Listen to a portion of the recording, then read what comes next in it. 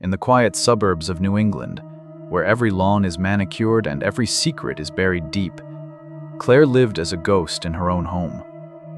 Her family was the picture of Catholic perfection, devout, fair-skinned, and delicately built. But Claire was the anomaly, the jagged edge in a world of smooth surfaces. With her deeper complexion and curls that refused to be tamed, she felt like a stranger looking into a mirror that didn't belong to her. While her cousins spent their weekends chasing boys and sunlight, Claire retreated into the cold comfort of textbooks and church pews, earning a scholarship that she didn't even want. She was a golden child on paper, but inside, a bitter void was growing. She looked at the world through a veil of resentment, whispering silent prayers to a God she felt had ignored her cries for a life that felt like it truly belonged to her. She didn't know it yet, but that void was an open door, and something much older than her faith was waiting to step inside.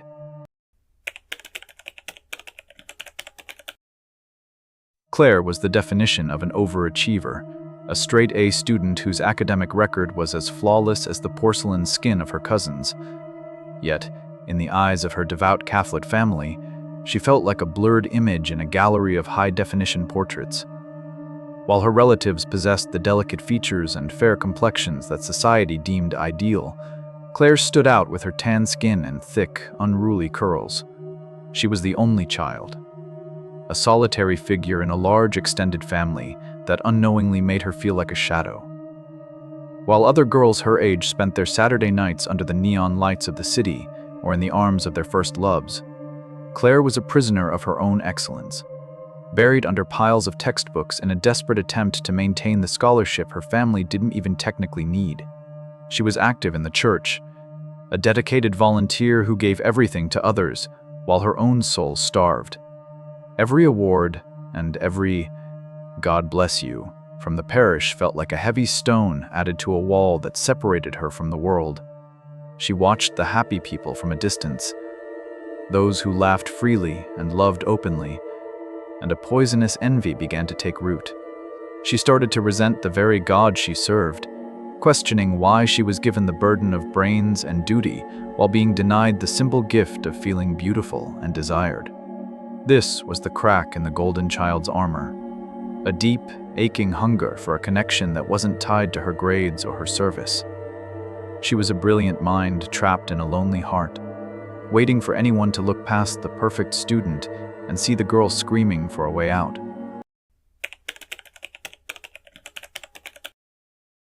The shift began during a campus social project, a community of nature storytellers where Claire's penchant for service finally met a face that didn't look away.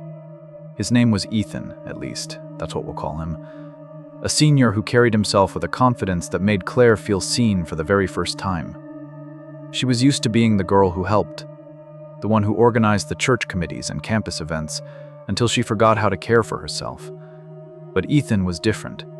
He didn't ask for her service. He offered his attention, a commodity Claire had been starving for her entire life. It was a slow, calculated seduction that felt like the warmth of a sun she had never been allowed to stand under. To Claire, a girl who had never even been approached by a man, let alone loved by one, Ethan became her entire world. An anchor in a sea of academic and religious expectations. The red thread of their connection felt like fate, but in reality, it was a noose. In her desperation to keep this newfound light, Claire, the brilliant scholarship student, let her logic dissolve into a blind, frantic devotion. She gave him everything, her time, her heart, and eventually, her body, believing that this was the reward for years of lonely perfection. It wasn't long before the sweetness turned into a cold reality. 2 blue lines on a plastic stick. Even then, as panic began to claw at her throat, Ethan remained the calm center of her storm, promising marriage and a shared future.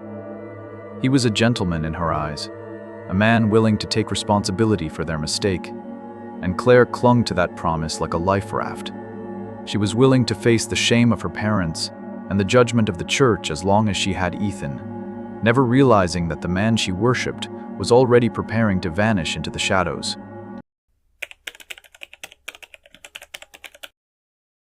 The morning sickness started as a quiet, physical dread that Claire tried to drown in her morning classes. When she reached for her phone to call Ethan, hoping for a ride and a doctor's appointment, the voice on the other end was a cold, mechanical void. The number you have dialed is no longer in service. The silence that followed was the first true horror she had ever known. By noon, the rumors at the university began to crystallize into a nightmare. Ethan hadn't just missed class, he had vanished, withdrawing from his courses and emptying his apartment overnight without a single word to the girl carrying his child. Claire's world, which had briefly bloomed with the false promise of love, turned into a landscape of ash. She retreated into the shadows of her life, concealing her growing secret under heavy, oversized hoodies that felt more like a shroud than clothing.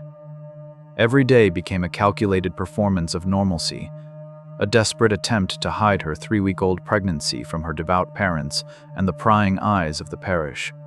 The vibrant, high-achieving student was replaced by a hollow shell, a girl paralyzed by the fear of being cast out and the crushing weight of a betrayal she had to carry in total silence.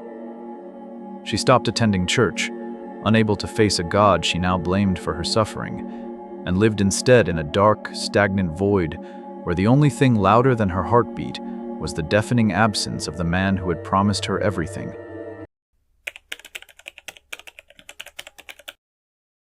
The secret Claire carried was a parasite, eating her from the within until she was nothing but a ghost haunting the university library. It was there, amidst the dust and silence, that Valerie appeared. A senior who had once shared a classroom and a bed with the man who vanished. Valerie didn't offer pity. She offered a terrifyingly accurate observation. She knew about the pregnancy, whispering that the rumors had already begun to rot Claire's reputation behind her back. But Valerie had a solution, a place for those whom the traditional world had chewed up and spat out. She led Claire to a church tucked away from the main roads of the city, a building that looked deceptively ordinary but felt fundamentally wrong. It was shielded by a high iron fence, its gates locked to the public, requiring a formal introduction just to pass the guard at the entrance. From the outside, it was just another chapel, but as the heavy doors creaked open, the atmosphere shifted. The air inside was thick, pressing against Claire's lungs with a weight that felt like a physical presence. There were no bright stained glass windows or welcoming hymns. Instead, Claire found a line of silent people waiting for an audience with a man named Pastor Richard. She had come seeking a place to hide, and perhaps a way to confess her sins, but as she stood in that heavy, airless hall, she realized she hadn't found a sanctuary. She had found a hive.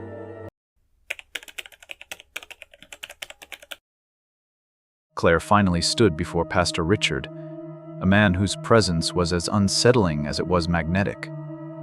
He didn't look like a villain.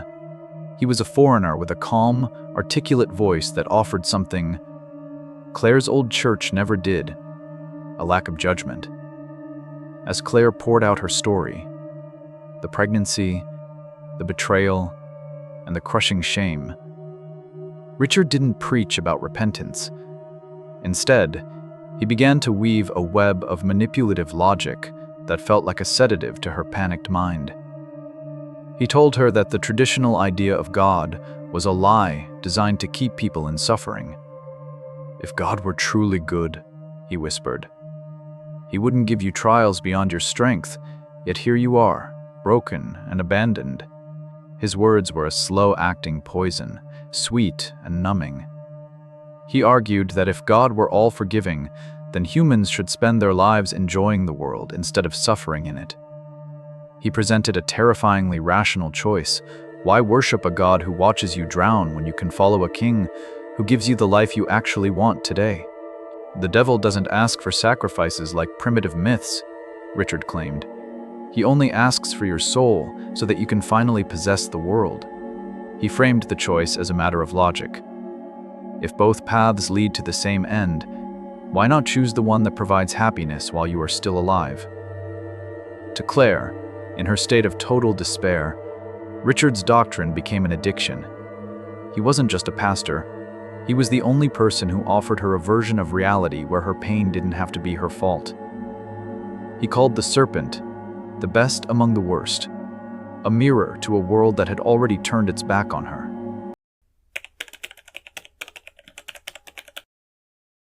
The transition from a desperate student to an official follower was not marked by screams or chaotic shadows, but by a silence that felt heavy enough to bruise.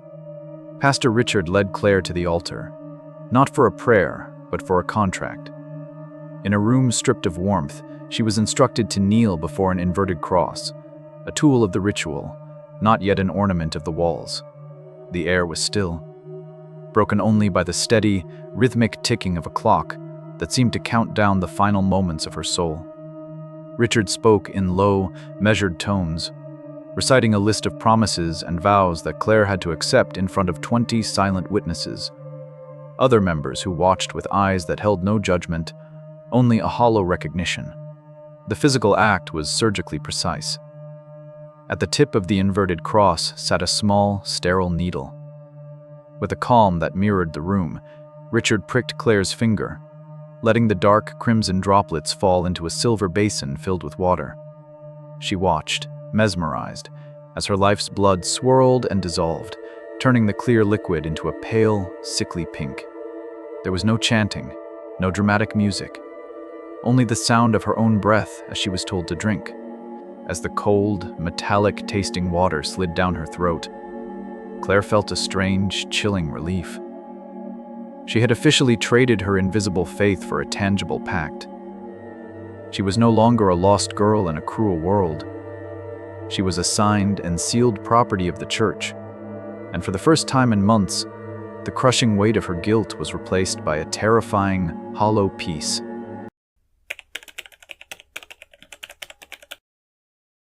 After the covenant, Claire's life shifted with an unnatural velocity, as if the universe had suddenly dropped to its knees before her. Her scholarship, which had been teetering on the edge of cancellation due to her absences and mental fog, was mysteriously reinstated without explanation. Money began to flow into her bank account, officially labeled as a ministry allowance from the church. But the amounts were far beyond what any college student could earn. She began coming home with luxury goods, designer handbags for her mother, expensive gadgets for her father, all bought with wealth she never dared to explain. Her parents, blinded by pride in their daughter's success, never thought to ask why the girl who used to pray so fervently now avoided the crucifix on their living room wall. Beneath the facade of luxury, however, a rot was spreading within her. Every dollar she spent felt cold, as if there were a thin layer of grease on her skin that no amount of washing could remove. She became colder, more calculating, her emotions eroding until people around her looked less like human beings and more like pawns in a game controlled by Pastor Richard. Her outward success was a mask. Internally, Claire felt as though she were watching herself drown in dark, still water, all while smiling and showering her loved ones with gifts paid for in the currency of her own soul.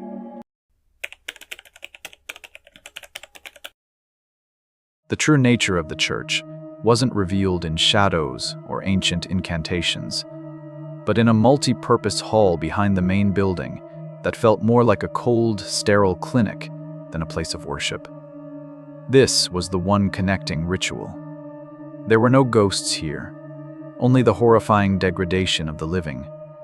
26 people were gathered, 13 men and 13 women, all chosen with a terrifyingly pragmatic criteria. They weren't selected for their faith, their kindness, or their devotion. They were selected for their biology, their health, their strength, and their fertility. In this room, the human body was stripped of its sanctity and reduced to a mere vessel. Pastor Richard stood over them, his voice calm and devoid of emotion, as he explained that the spirit could only be strengthened through the total surrender of the flesh. There was no music to mask the discomfort, only the heavy sound of breathing and the clinical instructions of the elders. Claire stood among them, her pregnancy now a visible mark of her utility to the cult. The ritual was a calculated display of collective submission, where 26 lives were woven into a single, grotesque web of biological obligation. It was a horror of the mind. The realization that in this place, love was a myth, and humans were nothing more than livestock being prepared for a harvest they couldn't yet comprehend.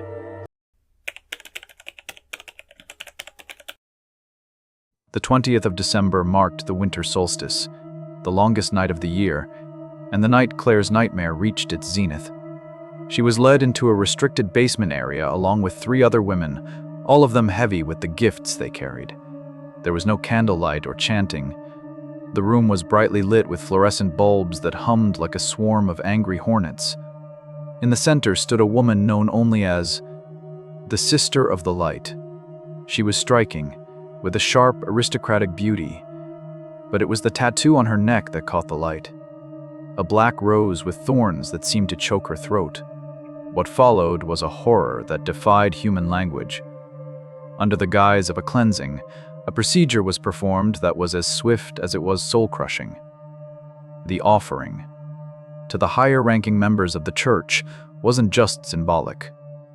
Claire watched, paralyzed by a cocktail of drugs and terror, as the life she had carried was reduced to a dark, thick liquid, a solstice smoothie meant to be consumed by the church's elite to prolong their own vitality. The Sister of the Light moved with a graceful, terrifying efficiency, showing no more emotion than a butcher at a shop. As the long night dragged on, Claire realized that she wasn't a mother, and she wasn't even a follower. She was merely a harvest, her body a field that had been plowed and stripped for the pleasure of those who sat at the top of the pyramid.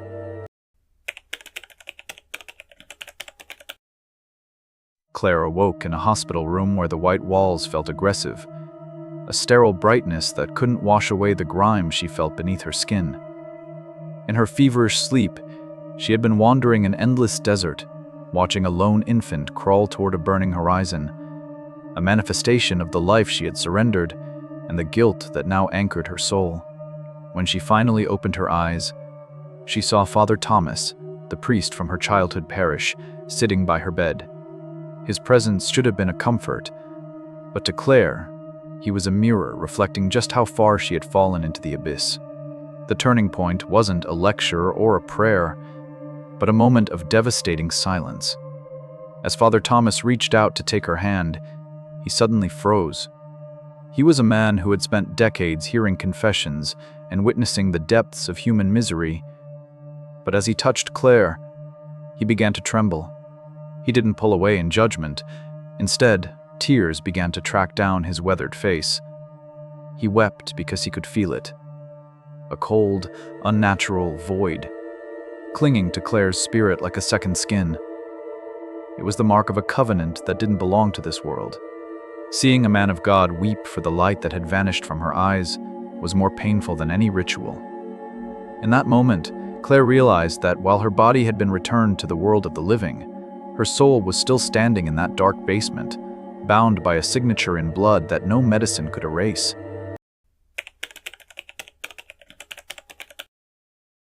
Claire tried to go back. She returned to her old hymns, her old prayers, and the familiar scent of incense in her childhood parish.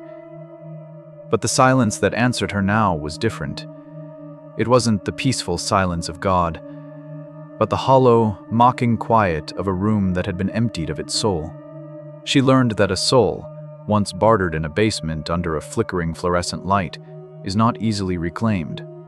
The world moved on, but Claire remained tethered to that winter solstice, a permanent resident of the shadows. In 2005, following a massive federal crackdown on underground occult networks, the church, on the edge of town, simply ceased to exist. The high iron gates were chained, the records were burned, and the figures like Pastor Richard and the Sister of the Light vanished into the dark corners of the globe, leaving no paper trail. To the public, it was a closed chapter of urban depravity. But for Claire, there is no closure. She still sees the black rose in her dreams. She still feels the phantom weight of the life she gave away. The church didn't need to stay open to keep her. They had already moved the temple inside her. Now, She lives as a warning that some paths don't just lead you astray, they consume the very ground you need to walk back on.